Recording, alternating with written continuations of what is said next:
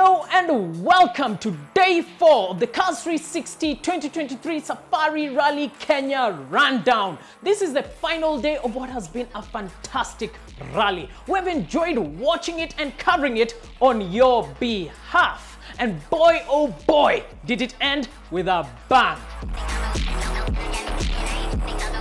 So what happened today? Well, we had 3 stages to cover. We had Malewa stage, which was the first stage that the crew and teams were tackling fast, followed by Oserian, and then finally we ended on Hell's Gate stage. This is also the same stage that in the second loop doubles up as the Wolf Pass stage, the final stage of the Safari Rally. Toyota dominated, finishing in first, second, third, and fourth positions, replicating the same incredible feat that they did last year. And this is just a huge achievement. And in case you are keeping count, 1, 2, 3, 4 is also the number of rundowns we've done so far. So in case you've missed the first 3 that we did of the 2023 Safari Rally, then please do click the link above that will take you to the playlist where you'll be able to watch the first 3 even before you continue with this one. Let's first of all start from Saturday evening. The 2023 edition of the Safari Rally has proved popular. A lot of fans were able to go straight to Naivasha to be able to see their main drivers, their hero drivers, be able to compete on the very limit. Unfortunately, that kind of meant that everyone went at the same time, bringing havoc and traffic jam along South Lake Road, which meant that drivers such as Gregor Munster spent 8 hours on the road before he got to a hotel. He only had 2 hours of sleep before he started today's stages. All that shows is better management next time, but still the rally proved popular. And another update is that Jordan Saderidis with his M Sport Ford Puma did not start today's stages. So today M Sport only had Oy Tanak in one of their cars and Jean-Pierre Loubet. The crews started with the Malewa stage early in the morning. Now Malewa is a rough stage. It is rocky, it is bumpy, and we saw it this morning when the Hyundai of Esa-Pekka Lappi fell victim to this, with its prop shaft breaking 3 kilometers before the finish. Well, the prop shaft is broken already. The I-20 prop shaft has given up again. Noville even chose to take it easy on the stage, saving his car instead for the upcoming assault for the Wolf Pass stage points. M Sport's Oy Tanak even complained of getting a headache through this stage. It was just a difficult and challenging stage, the rocks just shaking both the drivers and their cars to the very core. Toyota's Elfyn Evans even lost his rear spoiler when he had a half spin 2.7 kilometers into the stage. Takamoto even found the stage difficult and could only muster to get his Toyota to P3 on stage. 8-time world champion Sebastian Ogier didn't also push in the morning stages, choosing caution to get to the end. He went 8.1 seconds slower than the eventual stage winner, Kalle Rovanperä. The crews then went into the second stage, Oserian, which stands for Peaceful Place in Maasai. Esa-Pekka Lappi took it easy on the stage, only having front-wheel drive on his I-20 Hyundai. Noville had to even pass him on stage, with Lappi moving out of the way in order not to hold up his teammate. Yeah, he's just going to stop to let Neuville pass. Fesh on this stage had become more prominent, setting the stage up for more drama to come. Speaking of drama, Sebastian Ogier slid his Toyota Yaris wide at the 11.5 kilometer mark, brushing a tree and ripping the tailgate off his car. Despite this, Ogier still went 8.6 seconds faster than Rovanperä to extend his advantage over the young Finn. We then jumped to the final morning stage, Hell's Gate. Named for its intense geothermal activity resembling the fiery gates of hell, the stage is fast and flowing, and this showed by Hyundai's Terry Noville being quick off the start. Yeah, that's definitely got all 4 There was wheels. no dirt coming out the back wheels of Lappi, so I think it's front-wheel drive only. He set the second fastest time of the stage, only 0.6 seconds slower than the time set by stage winner Oy Tanak. Once again, Lappi was slow. He drove his car to the end of the stage, hoping to make it to midday service and get his car fixed. Rovanperä seemed to enjoy the stage too. He was drifting his car through some of the corners, finding the limits of both the car and the road. Ogier, with no rear wing or boot lid, drove his Yaris to the absolute edge, losing only 4.5 seconds to Rovanpera at the end of the stage.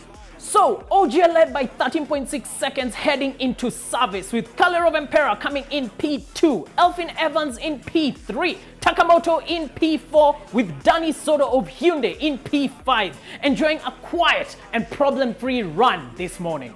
The crews had their cars repaired and prepared for the final leg of the Safari Rally during service, only having 15 minutes to do it all. Sebastian Ogier even had to lend a hand to get his car fixed and prepared for the afternoon loop. The second running of the Malewa stage just showed how rough this stage had become. Lappy, whose car was now fixed and running on all four wheels, drove the stage slowly and carefully. He wouldn't push it here. Instead, he would just make it to the power stage and try to pick up some points. All the drivers actually chose to drive carefully on this stage, weighing out speed versus risk. The only two battling for supremacy were Kalle Rovanpera and Sebastian Ogier, with Kalle being able to edge out Ogier by 0.6 seconds. And in WRC 2, Gregor Munster had to retire at this stage with a broken steering rack. That's more than I expected. In Oserian, the stage became softer, filling up with fesh. Here, cars risked being filled up with fine dust in their radiators, filters and even sensors, which would automatically or even detrimentally break their cars. All the Toyotas had issues, with the cars overheating and losing power. Rovanpera even had light spoiler damage and a front left puncture. Ogier had to slow down because of the water temperature issues. Takamoto Katsuta ended up winning the stage in the end, with Evans, Kalle, Danny, Thierry and even Sebastian finishing behind him in that order. Ogier was now 9.2 seconds in front of Kalle Rovanpera, heading to the final stage of the rally. We first had WRC 2 cars running through the stage before the Rally 1 cars. We had our very own Carl Flash Tundo finishing an impressive P4 in class, behind Martin Prokop in P3, Oliver Solberg in P2, and now two-time WRC 2 Safari Rally winner Katjan Katjanovic in P1. Then in came the Rally 1 cars. Esa-Pekka Lappi sent it straight away, finishing the stage P5 and recovering to P13 overall. Then came Noville. He gave it all on the power stage, driving the Hyundai like he stole it, and it worked out at the end. He went fastest on the power stage, beating M Sports Oitanak by 1 second to take full power stage points. Takamoto Katsuta gave it everything, but it wasn't enough. He crossed the finish line P7 with his radiator rupturing at the finish, which meant that Elfyn Evans of Toyota grabbed P3 on the podium. That now left Rovanpera and Ogier competing to the line for Safari Rally honors. Rovanpera gave it everything, sliding and muscling his way to a P3 power stage finish. But the day and event were Ogier's. He drove his Toyota like he was on a mission, sliding his car and even getting a rock to hit his windscreen. And it paid off. He was able to manage the gap between him and Rovanpera to just 6.7 seconds, the closest margin ever for Safari Rally victory. Ogier had done it. His second Safari Rally win and 58th WRC win overall. And so the overall results are: we have Sebastian Ogier of Toyota Gazoo Racing finishing and winning the Safari Rally in P1. Then we have Kalle Rovanpera, also of Toyota Gazoo Racing, finishing in P2. Elfyn Evans in P3 and Takamoto Katsuta, both of Toyota Gazoo Racing, him finishing in P4. Then in P5 we have Hyundai's Danny Soto. In P6 we have M Sport Ford's Oitanak. P7 was Pierre-Louis Loubet in M Sport. In P8 we have a remarkable finish by Thierry Noville. He is still gaining enough points to give him a chance in the championship fight. In P9 we have Katjan Katjanovic of WRC 2. P10 we have Oliver Solberg recovering from a non-finish on Saturday. P11 we have Martin Prokop of WRC 2. P12 we have our very own Carl Flash Tundo finishing an impressive P12 with WRC 2. P13, we have Esa-Pekka Lapi. In P14, we have WRC2's Andrew Kremer. And in P15, we have our top place WRC driver, Diego Junior Dominguez, finishing well in Safari Rally. As for the final classification of the Kenya National Rally Championship, the results are displayed on the screen.